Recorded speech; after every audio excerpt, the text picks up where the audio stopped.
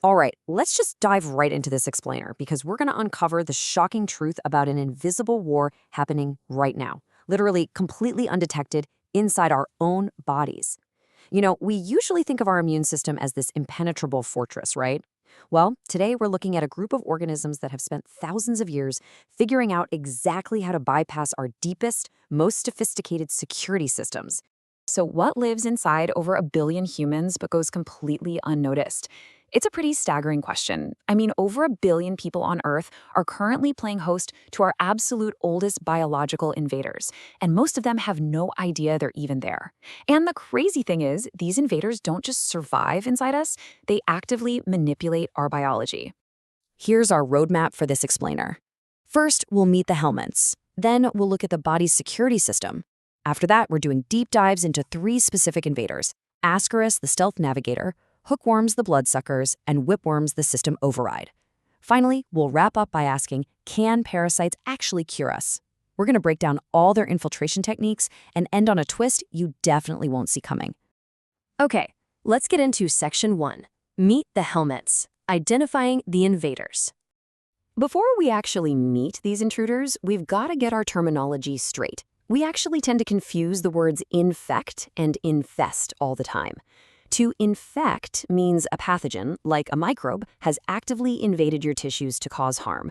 But to infest means the organism is just hanging out on the surface or in a cavity, kind of like lice in hair. Now, even though some of these worms totally do invade our tissue, medical convention usually dictates that helminths infest us. Now, unlike tiny microscopic parasites like Giardia, helminths are actually much larger worms from the environment. They fall into three distinct groups based on Greek words. First, we have nematodes, which are basically elongated cylindrical roundworms. The name actually comes from the Greek for thread. Then there's trematodes, or flatworms and flukes with these external suckers, from the Greek for holes. And finally, cestodes, which are segmented tapeworms with tiny attachment heads, from the Greek for belt. And a really crucial takeaway here: you don't usually catch these from a friend coughing or sneezing. No, you pick them up directly from the environment, usually from contaminated soil or water. Which brings us to Section 2, the body's security system, our internal alarms.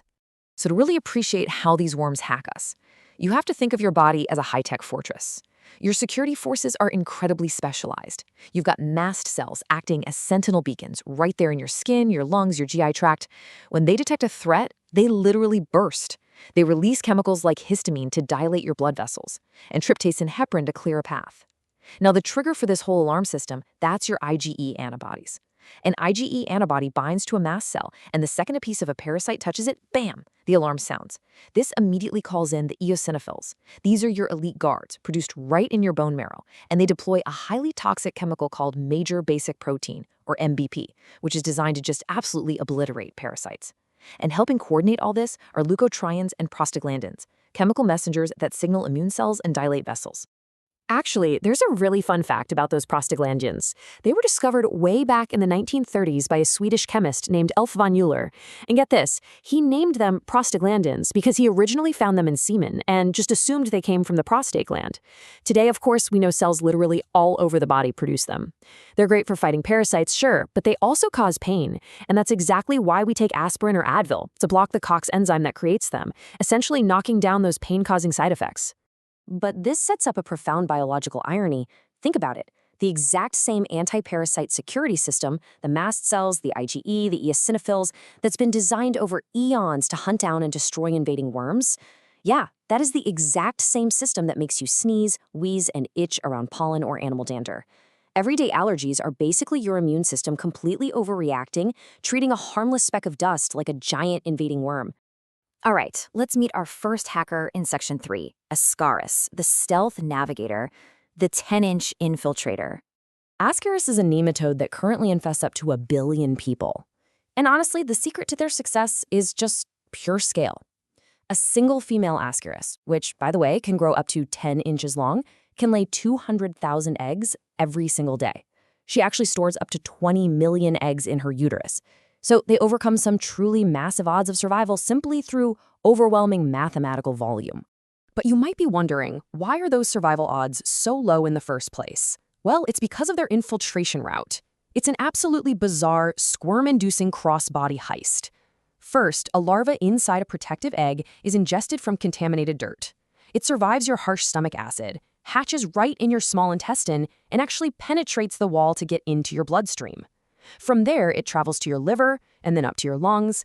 Once in the lungs, the larvae literally crawl up your trachea, into your mouth, and then, you guessed it, you swallow them back down again. They settle into the small intestine to grow for 1 to 2 years. And yes, it gets worse. In extreme cases, like with fasting ICU patients, an adult Ascaris will occasionally crawl out of the nose or mouth just looking for food. So how on earth does it pull this off without triggering all those internal alarms we just talked about? Well, it brings a highly specialized hacker toolkit. To survive stomach acid and bile, it develops this thick outer protective coating that's super rich in collagen.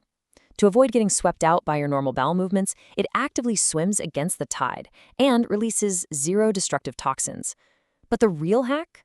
It's chemical. To evade your cellular macrophages, Ascaris secretes proteins that basically act as a biochemical mute button, upregulating things like interleukin-10 to quiet the inflammatory response. And to dodge those IgE antibodies, it actually diminishes dendritic cell maturation. It carefully dials down your immune system just enough to survive, but not enough to kill you. Let's see how these skills evolve with our next group in Section 4, hookworms, the bloodsuckers. Specifically, Encylostoma duodenea and Nicotar americanus. Hookworms are another massive issue, also infesting over 1 billion people. These guys are literal bloodsuckers. Now, they only drain a tiny amount of blood, about 1/10 of a milliliter per worm per day. But in heavy loads, that can cause severe anemia. And the crazy part is, you can literally walk right into their trap. Out in the dirt, these rod-shaped larvae molt into infective, thread-like larvae. They wait right at the soil surface, and when a barefoot human walks by, they just latch on and penetrate straight through the skin. From there, they travel through your blood vessels, hit the lungs, get coughed up, swallowed down, and then establish a cozy little home in your small intestine for up to 5 years. By entering through the skin, they completely bypass the stomach's front door during that initial break-in. Once inside, though, they face our host defense mechanisms. But the hookworm doesn't just hide. It goes entirely on the offensive. To counter trypsin and other digestive juices, it secretes its own enzymes that actively destroy your digestive enzymes. To fight off T lymphocytes, it produces a substance that literally induces T-cell apoptosis, basically forcing your immune cells to self-destruct. It also reduces neutrophil gathering at the infection site. And when your damaged tissues try to signal for repairs using MMPs, the hookworm secretes things called TIMPs to block them. It's effectively cutting the alarm wires so your body doesn't even know it's under attack. All right, on to our final hacker. Section 5, whipworms, the system override. Trichuris trichuria.